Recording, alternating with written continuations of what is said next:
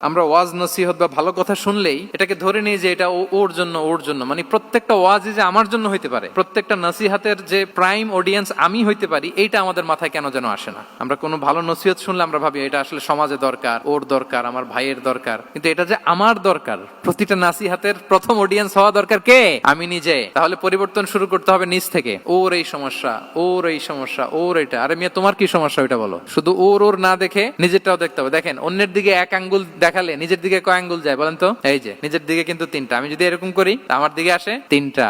এজন্য নিজ থেকে, নিজের ফ্যামিলি থেকে আমরা সংস্কার শুরু করব। ওমরে ফারুক রাদিয়াল্লাহু তাআলা আনহু যখন ফ্যামিলি মিটিং এ বসতেন, উনি ওনার সন্তানদেরকে বলতেন, শোনো, তোমরা খলিফাতুল মুসলিমিন, আমিরুল মুমিনিনের সন্তান। তোমাদের কোনো বাজে কাজ যদি সমাজে আসে, তোমাদের কোনো অন্যায় যদি আমার কানে আসে, অন্যের জন্য যা শাস্তি তোমাদের জন্য হবে ডবল শাস্তি। ওমরে ফারুক সন্তানদেরকে বলতেন, হদ কায়েম করা লাগে এমন অন্যায় যদি করো, একটা হচ্ছে আল্লাহর দেয়া হদ, আর একটা হবে আমি উমরের দেয়া হদ।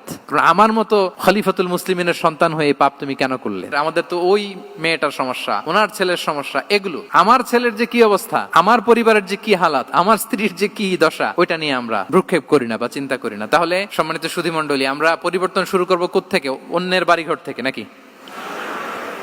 হ্যাঁ, কোত্থেকে? নিজ থেকে। আল্লাহ তাআলা আমাদেরকে তৌফিক দান করুক।